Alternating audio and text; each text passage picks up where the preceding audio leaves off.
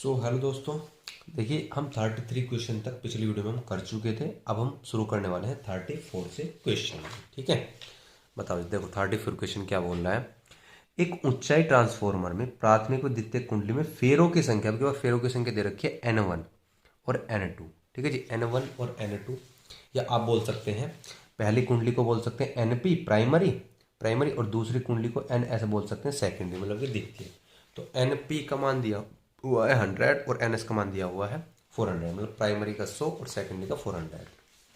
और देखो, यदि प्राथमिक कुंडली में 120 वोल्ट प्राथमिक कुंडली में लगा रहे हैं ना, तो किसका मान हो जाएगा बताओ, तुम बताओ। वोल्ट है ना, तो EP का, भाई प्राइमरी EP, तो बताओ EP की वैल्यू हो जाएगी। ठीक है भाई, चलो जी। AC लगा जाए तो ज्ञात कीजिए परिनमन अनुपात। अब परिनमन अनुपात को हम स्मॉल r से नोट करते हैं। ठीक है भाई, द्वितीय कुंडली में उत्पन्न वोल्टेज। अब ध्यान दो, द्वितीय कुंडली मतलब कि सेकेंडरी और वोल्टेज मतलब कि E, तो ES की वैल्यू मुझे निकालनी है यहाँ से। ठीक है भाई, कोई दिक्कत? चलो जी भैया, ये देखो ES की वैल्यू मुझे निकालनी है, परिनमन अनुपात निकालना है। बताओ, सबसे पहले परिनमन अनुपात निकाल लो। R इक्वल टू, मैं लगा सकता हूँ, मैंने कहा था ना दोनों में संबंध हम दिखा सकते हैं। तो NS अपॉन में NP, NS अपॉन में NP, 400 अपॉन में 100 रखोगे तो 4 आपका परिनमन अनुपात का मान आ जाएगा। अब जब हम निकाल लेंगे ES की वैल्यू, तो NP अपॉन में NS, देखो मैंने कहा जो जो आपके पास वैल्यू हो उसके हिसाब से आप फॉर्मूला रख दो। ठीक है जी, मेरे पास NP NS की वैल्यू थी, EP की मेरे पास वैल्यू थी, और ES की मेरे को निकालनी है, तो रख दो। NP 100, NS 400, EP कितना है 120। ES जब आप निकालोगे तो क्रॉस मल्टीप्लाई करके निकाल लेना, तो 480 आपका यहाँ से आ जाएगा। ठीक है भाई, समझ में आया? चलो जी, अब क्वेश्चन नंबर 35 पर आ जाओ। एक आदर्श ट्रांसफार्मर के प्राथमिक एवं द्वितीयक कुंडलियों फेरों की संख्या क्रमशः इतनी इतनी, मतलब कि किसका मान NP का मान, ये किसका मान NS का मान। प्राथमिक कुंडली में सप्लाई वोल्टेज 220, प्राथमिक कुंडली में है ना वोल्टेज, तो EP का मान दे दिया। ठीक है, द्वितीयक कुंडली से जुड़े यंत्र की प्रतिबाधा मतलब कि 220 ओम, Z का मान दे। देखो NP का मान लिख दिया, NS का है EP 220 वोल्ट, Z का मान 220 दिया हुआ है। और पूछा क्या है हमसे, प्राथमिक कुंडली द्वारा ली गई धारा। अब प्राथमिक कुंडली, अब धारा मतलब कि क्या है I, और प्राथमिक कुंडली है मतलब कि P, तो IP की वैल्यू हमसे पूछ ली है। तो IP की वैल्यू इसने हमसे पूछ ली है। फॉर्मूला लगा दो, NP अपॉन में NS इक्वल टू में EP अपॉन में ES। देखो आप ये कन्फ्यूजन हो ना कि फॉर्मूला कैसे लग जा रहा है। जो मैंने बताया ना, ये आपस में संबंध दिखा सकते हैं। इसका इसके साथ भी हो सकता है, इसका इसके साथ भी हो सकता है, इसका किसी का भी साथ हो सकता है, क्योंकि सब कुछ बराबर है। 1 2 3 4 पांचों के पांचों बराबर हैं। जो वैल्यू जैसे वैल्यू दे रखी है उसी के इक्वल रख देते हैं। अब देखो यहाँ पे NP अपॉन NS है, तो N ये वाली कंडीशन और E, मतलब ये वाली कंडीशन इसके साथ दिखा रखी है, मतलब ये दोनों आपस में इक्वल कर रखे हैं। जो वैल्यू मेरे पास है वो रख देते हैं। तो NP की वैल्यू मेरे पास 1100, NS की वैल्यू मेरे पास है 110, 110 रख दिया। और EP की वैल्यू कितनी है 220, और ES हमें निकालना है। ठीक है जी, ES हमें निकालना नहीं है, हमें निकालना नहीं है, हमें निकालना तो IP है। ES इसलिए निकालना है क्योंकि IP में वहाँ पर आवश्यकता पड़ेगी हमको। बताओ, यहाँ से ES की वैल्यू निकाल लो। ES की वैल्यू हमें यहाँ से निकालेंगे क्रॉस मल्टीप्लाई करके, तो 22 वोल्ट आपके यहाँ से आ जाएगी। अब आ जाओ द्वितीयक कुंडली में, द्वितीयक कुंडली में धारा, द्वितीयक कुंडली में धारा निकालनी है ना। बताओ, IS इक्वल टू क्या होता है, ES अपॉन में Z होता है, मतलब कि फॉर्मूला ये लगा हुआ I equal to V upon में R, इस प्रकार से। तो V की जगह यहाँ पर है ES। सेकेंडरी की बात करें ना, मैंने बताया अगर इधर ऐसे तो इधर भी ऐसे ही होगा। ऐसा नहीं है कि इधर P रख दिया और इधर ऐसे रख दिया, ऐसा नहीं होगा। अगर द्वितीयक कुंडली में धारा निकालना है तो IS इक्वल टू ES और अपॉन में क्या होगा Z।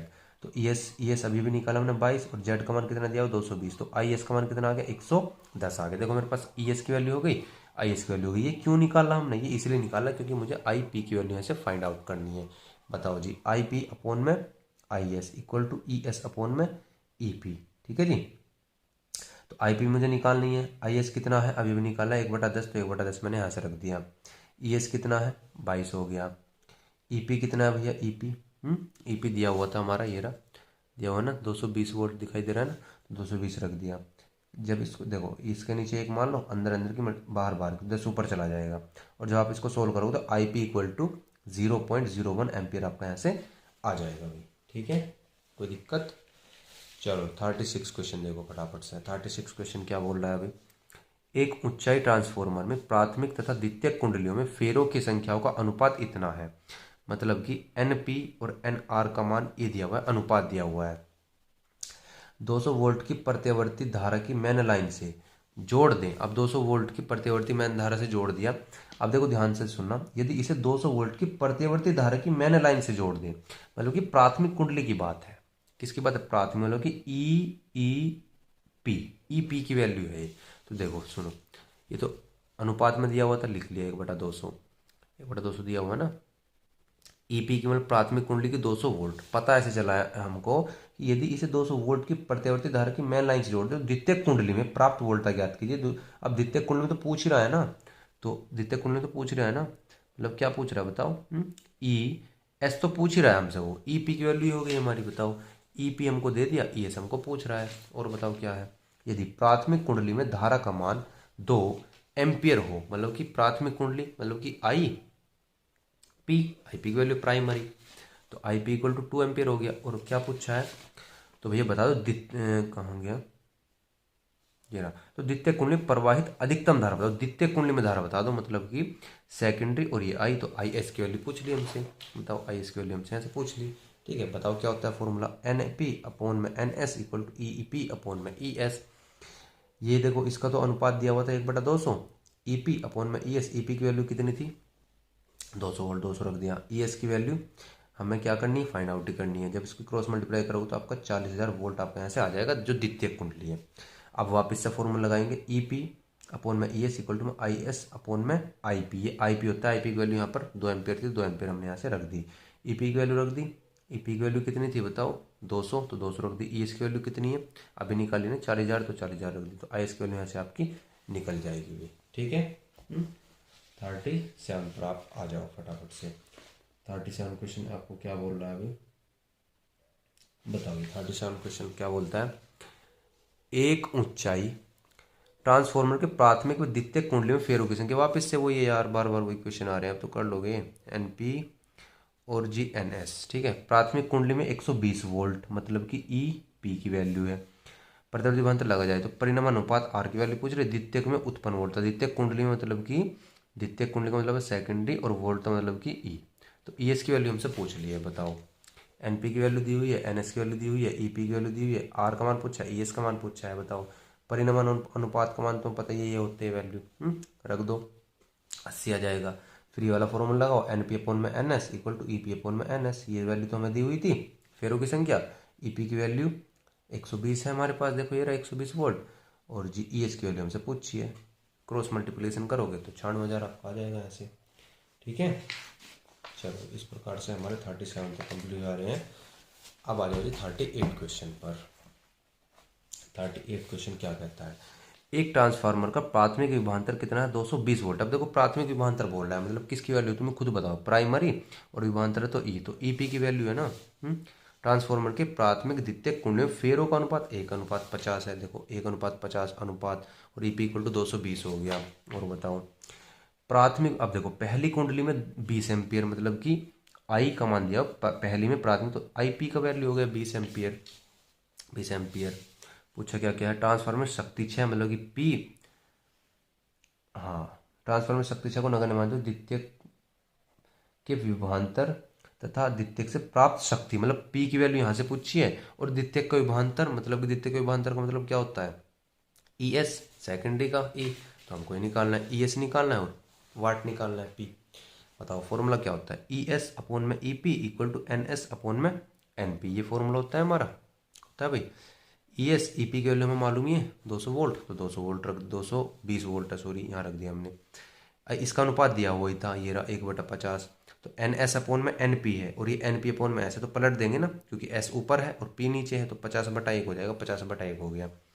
जब क्रॉस मल्टीप्लिकेशन करोगे तो E S equal to 11,000 volt यहाँ से आपका आ जाएगा। ये तो निकल गया मेरा ई एस की वैल्यू। अब मुझे पी शक्ति की निकालनी है, तो पी इक्वल टू मैंने बताया पीछे भी वी आई होता है, वी के स्थान पे ई एस है और आई के स्थान पे आई एस है। सेकंड में निकाल लेना, क्योंकि सेकंड में तो सेकंड के मान रखने पड़ेंगे। तो ये ई एस का मान अभी निकाल लिया 11,000 रख दिया। आई एस की वैल्यू में दी हुई है 20 एम्पियर ऑलरेडी, तो 20 रख दिया। सोल्व करोगे तो 220 किलो वाट आपका यहाँ से आ जाएगा भाई। ठीक है, 10⁻³ मतलब कि किलो वाट। आंसर में किलो दिया हुआ था, इसलिए किलो हमने लगा दिया है। 39 क्वेश्चन पर आ जाओ।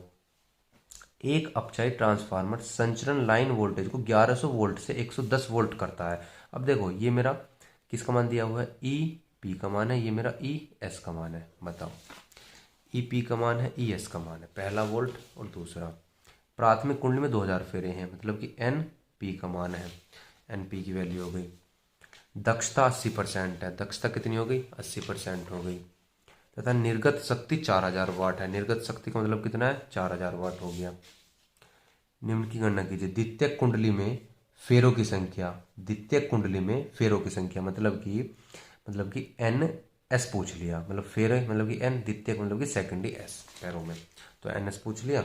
और जो निवेशित शक्ति पूछ लिया, जो निवेश की गई शक्ति। अब निवेश तो प्राथमिक कुंडली की वो निवेशित शक्ति है ना, हाँ, तो निवेशित शक्ति तो PI की वैल्यू यहाँ से इसने हमसे पूछ ली है, समझ में आ रही है। चलो जी भैया, तो NP अपॉन में NS equal to EP upon में ES। NP का मान दिया हुआ है 2000 रख दिया, NS की वैल्यू हम यहाँ से जो है निकाल लेंगे, पूछी हुई है। EP 11000 वोल्ट था, सॉरी 1100 था, रख दिया। ES कितना है 110, 110 जीरो से जीरो कैंसिल, क्रॉस मल्टीप्लिकेशन करोगे तो NS की वैल्यू आ जाएगी आपकी यहाँ से 200। ठीक है जी। अब हम जानते हैं दक्षता का फॉर्मूला मेरा ये होता है, देखो दक्षता इक्वल टू होता है P नोट अपॉन में PI, P नोट अपॉन में PI। जो निवेशित शक्ति होती है ना उसको PI से डिनोट करते हैं, किससे डिनोट करते हैं, PI से, इसलिए इसको PI लिखा हुआ है। तो दक्षता इसको इक्वल टू हो गया P नोट अपॉन में PI। अब दक्षता दे रखी थी 80%, देखो दी हुई है दक्षता 80%। P नोट की वैल्यू दे रखी है 4000 वाट, तो 4000 वाट हो गई। PI है नहीं है, वही निकालना है हमको। अब परसेंटेज बेटा हटाते हैं तो नीचे 100 लगा लेते हैं, ठीक है, तो पता है ना। तो जब आप इसको क्रॉस मल्टीप्लिकेशन करोगे तो भैया आप PI की वैल्यू निकाल लोगे तो 5000 वाट आपका यहाँ से आ जाएगा भाई, ठीक है। तो एक वैल्यू आपकी ये निकल गई, यही निकालना था भाई PI, ठीक है, और NS हमने निकाल लिया, दोनों वैल्यू आ गई। क्वेश्चन नंबर 40 पर आ जाओ। एक अपचायी ट्रांसफार्मर संचरण लाइन वोल्टेज को 200 वोल्ट से 220 वोल्ट करता है। आप देखो यार, बार बार वही क्वेश्चन, EP और ES, ठीक है जी, प्राइमरी और ही सेकेंडरी, प्रथम वोल्ट सेकंड वोल्ट। प्राथमिक कुंडली में 4000 फेरे हैं, मतलब कि NP की वैल्यू।